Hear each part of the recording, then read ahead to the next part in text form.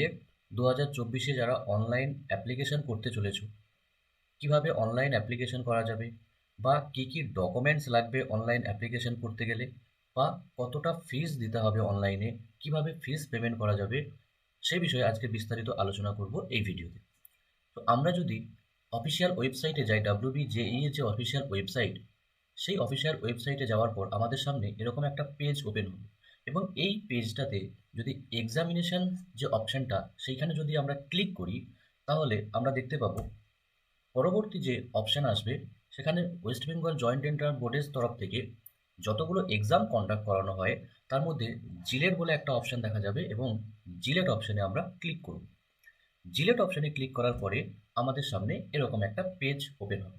এই পেজটার যদি আমরা একটু নিচের দিকে দেখি তাহলে আমরা দেখতে পাবো যে online application form submission for JELET 2024, এই অপশানে আমরা ক্লিক করব, এবং এই অপশানে ক্লিক করার পরে এরকম একটা পেজ আমাদের সামনে চলে আসবে।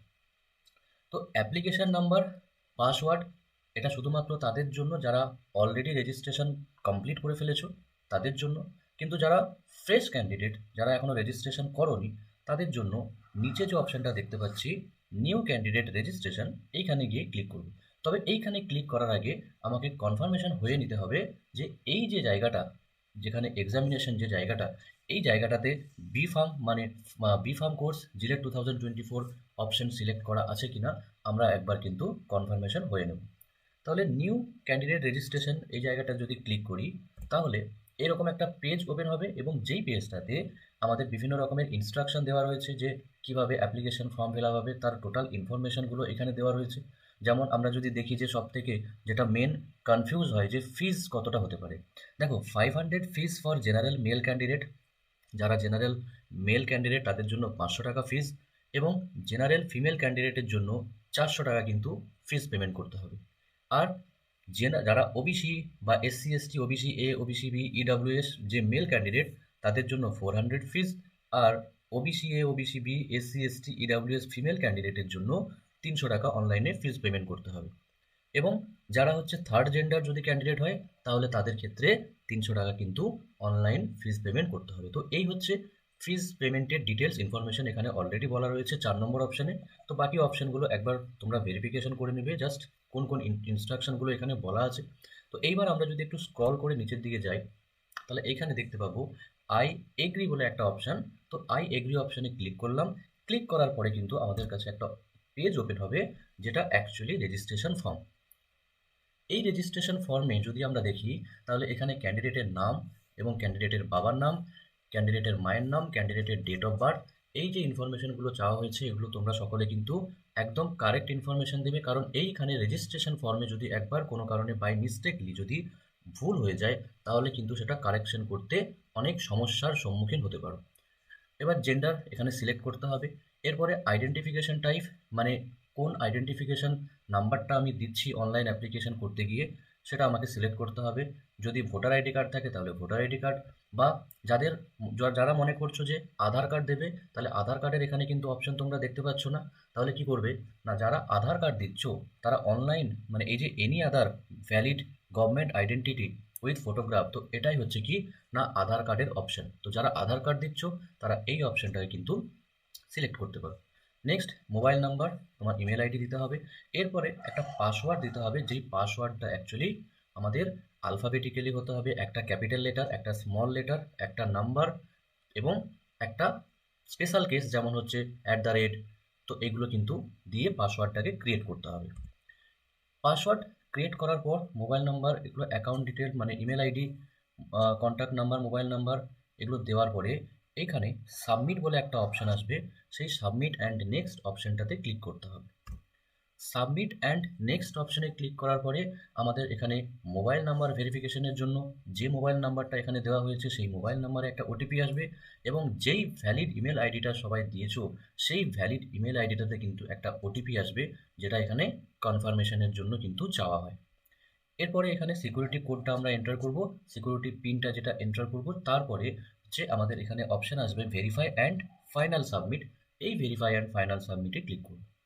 ভেরিফাই অ্যান্ড ফাইনাল সাবমিটে ক্লিক করার পরে আমাদের রেজিস্ট্রেশন ফর্মটা ফিল আপ কমপ্লিট হবে, রেজিস্ট্রেশন প্রসেসটা কমপ্লিট হবে এবং রেজিস্ট্রেশন ফর্মটা যখন সাকসেসফুলি কমপ্লিট হবে তখন এখানে অলরেডি আমাদের কমপ্লিট বলে একটা গ্রিন কালারের কিন্তু আমরা লেখা দেখতে পাবো, তার মানে কিন্তু রেজিস্ট্রেশন ফর্ম আমাদের কিন্তু কমপ্লিট।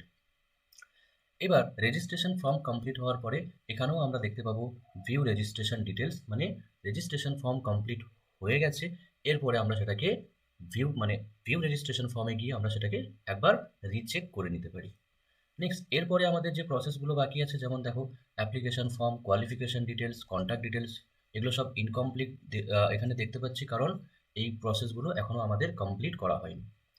এরপরে যদি আমরা অ্যাপ্লিকেশন ফর্মে ক্লিক করি, মানে এই যে জায়গাটা দেখতে পাচ্ছ ফিল অ্যাপ্লিকেশন ফর্ম, এখানে ক্লিক করলে আমাদের পরবর্তী যে পেজ ওপেন হবে সেখানে কিন্তু এরকম একটা অ্যাপ্লিকেশন ফর্ম ওপেন হবে।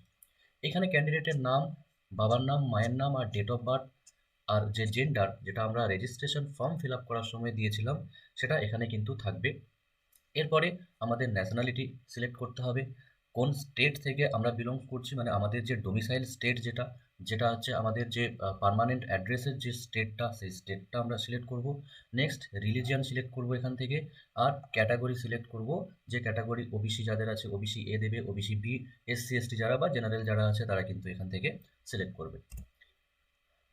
এরপর কোয়ালিফাইং এক্সামিনেশন সিলেক্ট করব। কোয়ালিফাইং এক্সামিনেশন মানে হচ্ছে কি ডিপ্লোমা ইন ফার্মাসি, আমরা সাধারণত কোয়ালিফাই এক্সামিনেশন, তো আমরা ডিপ্লোমা ইন ফার্মাসি সিলেক্ট করব। সিলেক্ট করার পরে সেভ অ্যান্ড নেক্সট বাটনে আমরা ক্লিক করব। সেভ অ্যান্ড নেক্সট বাটনে ক্লিক করার পরে আমাদের সামনে এরকম একটা পেজ ওপেন হবে, যেটা হচ্ছে কোয়ালিফিকেশান ডিটেলস ফিল করার পেজ।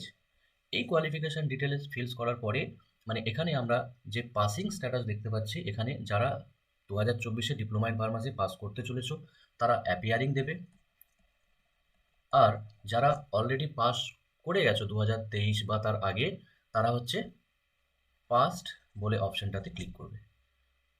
নেক্সট পাসিং অ্যাপিয়ারিং ইয়ার এখানে চাওয়া হয়েছে।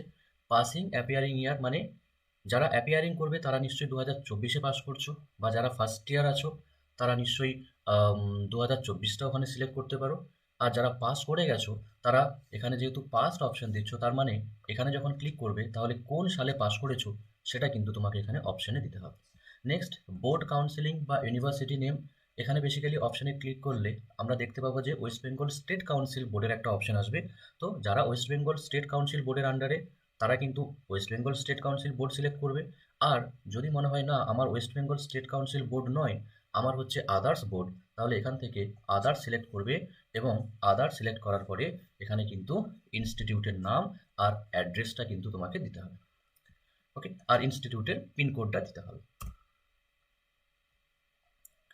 যেমন দেখো আমরা যদি আদার্সে সিলেক্ট করি তাহলে আমাদের এখানে কিন্তু অপশান দেখাচ্ছে যে আদার কোন বোর্ড, তখন আমরা দিলাম যারা স্টেট মেডিকেল ফ্যাকাল্টিতে আছো তারা স্টেট মেডিকেল ফ্যাকাল্টি সিলেক্ট করবে, বা যারা হচ্ছে অটোনোমাস কোনো ইউনিভার্সিটিতে আছো তারা যেমন হচ্ছে জেআইএস ইউনিভার্সিটি, অ্যাডামাস ইউনিভার্সিটি, তো তারা এগুলো ওখানে এন্টার করবে। এবং হচ্ছে ইনস্টিটিউটের নাম কি বা তার পুরো অ্যাড্রেসটা, তো ইনস্টিটিউটের নামটা তো তোমরা এখানে দিতে পারবে, কিন্তু অনেক সময় কনফিউশন হও যে ইনস্টিটিউটের অ্যাড্রেসটা তোমরা কি দেবে। তো সেক্ষেত্রে বলবো তোমাদের যে ফুল ইনস্টিটিউটের নাম, সেই ইনস্টিটিউটের নামটা তোমরা কিন্তু গুগলে একবার সার্চ করে সেখান থেকে যে অ্যাড্রেসটা পাবে সেই অ্যাড্রেসটা সেখান থেকে যদি তোমরা কপি করে এখানে পেস্ট করে দাও তাহলে কিন্তু ভুল হওয়ার সম্ভাবনাটা অনেকটা কমে যায়। নেক্সট ইনস্টিটিউটের পিনকোড, সেটাও তোমরা কারেক্ট পিনকোড এখানে দেবে এবং এটা কমপ্লিট হওয়ার পরে সেভ অ্যান্ড নেক্সট বাটনে কিন্তু তোমরা ক্লিক করবে। সেভ অ্যান্ড নেক্সট বাটনে ক্লিক করার পরে আমাদের সামনে কিন্তু এরকম একটা পেজ ওপেন হবে, যেটাতে বেসিক্যালি কন্ট্যাক্ট ডিটেলসটাকে কিন্তু ফিল আপ করতে বলা হচ্ছে। কন্ট্যাক্ট ডিটেলসের মধ্যে আমাদের আসে হচ্ছে একটা প্রেজেন্ট অ্যাড্রেস আর একটা হচ্ছে পার্মানেন্ট অ্যাড্রেস। প্রেজেন্ট অ্যাড্রেস আর পার্মানেন্ট অ্যাড্রেস যদি সেম হয় তাহলে কিন্তু সেম অ্যাজ প্রেজেন্ট অ্যাড্রেস এখানে ক্লিক করবে। আর যদি প্রেজেন্ট অ্যাড্রেস আর পার্মানেন্ট অ্যাড্রেস যদি আলাদা হয় তাহলে প্রেজেন্ট অ্যাড্রেস মানে যে অ্যাড্রেসে বর্তমানে তুমি থাকছো সেই অ্যাড্রেসের এখানে ফুল অ্যাড্রেসটা দেবে, post office, village name, police station, কোন স্টেট সেটা, তার পিন নাম্বার, কোন ডিস্ট্রিক্ট, এটা তোমাকে প্রেজেন্ট অ্যাড্রেসে দিতে হবে। আর পার্মানেন্ট অ্যাড্রেসে যেখানে তোমার পার্মানেন্ট যে অ্যাড্রেস সেই পার্মানেন্ট অ্যাড্রেসটা কিন্তু এখানে এন্টার করতে হবে। Post office, district, pincode, police station, এগুলো ফিল আপ করার পর সেভ অ্যান্ড নেক্সট বাটনে ক্লিক করবে। সেভ অ্যান্ড নেক্সট বাটনে ক্লিক করার পরে এরকম একটা পেজ ওপেন হবে যেখানে বেসিক্যালি এক্সাম সেন্টার কি হবে বা তুমি কোন এক্সাম সেন্টার চুজ করবে সেই এক্সাম সেন্টার চুজ করার জন্য এখানে এরকম একটা পেজ দেখা যাবে, যেই পেজটাতে কিন্তু বেসিক্যালি 3টে এক্সাম সেন্টার আমাদের চুজ করতে হবে। তো প্রথমে স্টেট সিলেক্ট করবে যে কোন স্টেটে তুমি এক্সাম দিতে চাও। ওয়েস্ট বেঙ্গল নিশ্চয়ই। নেক্সট ওয়েস্ট বেঙ্গলের যে জায়গাটা তোমার, যে ডিস্ট্রিক্টটা তোমার নিজের কাছের মনে হচ্ছে সেই ডিস্ট্রিক্টটা এখান থেকে সিলেক্ট করবে, যেই এক্সাম সেন্টারটা তুমি পাবে অপশানে সেটা সিলেক্ট করবে। এরপরে আবার দ্বিতীয় নম্বরে এখানে বলা হচ্ছে যে সেখানেও আরেকটা এক্সাম সেন্টার তোমাকে চুজ করতে হবে। তো যেটা নিয়ারেস্ট হচ্ছে, নিয়ারেস্ট ডিস্ট্রিক্টের মধ্যে যে নিয়ারেস্ট এক্সাম সেন্টার সেটা চুজ করবে। নেক্সট এরপরে 3 নম্বরে আরও একটা এক্সট্রা করে চাওয়া হচ্ছে এক্সাম সেন্টার। তো নিয়ারেস্ট যেটা হবে, যে ডিস্ট্রিক্ট, হ্যাঁ পাশাপাশি ডিস্ট্রিক্ট হতে পারে, সেখান থেকে যেন এমন ডিস্ট্রিক্ট চুজ করবে যে ডিস্ট্রিক্টটা তোমার চেনা জানা বা তুমি খুব তাড়াতাড়ি পৌঁছে যেতে পারো। তো এইভাবে 3টে ডিস্ট্রিক্ট আমাদের বা 3টে এক্সাম সেন্টার আমাদের চুজ করতে হবে। তাহলে প্রথম যে এক্সাম সেন্টার সেটা একদম তোমার যে নিজের যে ডিস্ট্রিক্টে থাকছো সেই ডিস্ট্রিক্টে চুজ করবে। এরপরে এক্সাম সেন্টারগুলো তোমার পাশাপাশি ডিস্ট্রিক্টগুলোতে তুমি চুজ করতে পারো। এরপরে আমরা যদি সেভ অ্যান্ড নেক্সট বাটনে ক্লিক করি তাহলে পরের যে পেজটা ওপেন হবে এই পেজটাতে মূলত বলা হচ্ছে যে ডকুমেন্টস আপলোড। ডকুমেন্টস কী কী আপলোড করতে হবে না, আপাতত ডকুমেন্টস লাগবে হচ্ছে ফটো আর হচ্ছে সিগনেচার। তবে এখানে ফটোর যে সাইজটা বলা আছে, যেমন মিনিমাম সাইজ 10 KB হতে হবে আর ম্যাক্সিমাম সাইজ 200 KB হতে হবে। এই 10 KB থেকে কম বা 200 KB থেকে বেশি হলে কিন্তু চলবে না, এবং ফটোর সাইজ কিন্তু জেপিজি ফরম্যাটে হতে হবে। আর সিগনেচার যেটা করবে, সিগনেচার হচ্ছে মিনিমাম সাইজ 4 KB আর ম্যাক্সিমাম সাইজ হচ্ছে 30 KB। এই যে মানে 4 কেবির কম বা 30 কেবির বেশি যদি হয় তাহলে কিন্তু এখানে সাপোর্ট নেবে না, এবং তার ফরম্যাটটাও কিন্তু জেপিজিতে হতে হবে। তো এই যে ফটোগ্রাফ আর সিগনেচার, এই দুটো তোমরা আলাদাভাবে স্ক্যান করে এই সাইজের মধ্যে এই ফরম্যাটে তোমরা কিন্তু আপলোড করবে। আপলোড হয়ে যাওয়ার পরে এখানে সাবমিট অ্যান্ড প্রিভিউ অপশন দেখা যাবে। সাবমিট অ্যান্ড প্রিভিউ অপশনে যদি আমরা ক্লিক করি তাহলে আমাদের যে ফটোগ্রাফটা আপলোড করা হয়েছে বা যে সিগনেচারটা আপলোড করা হয়েছে সেটা কিন্তু এখানে শো হবে।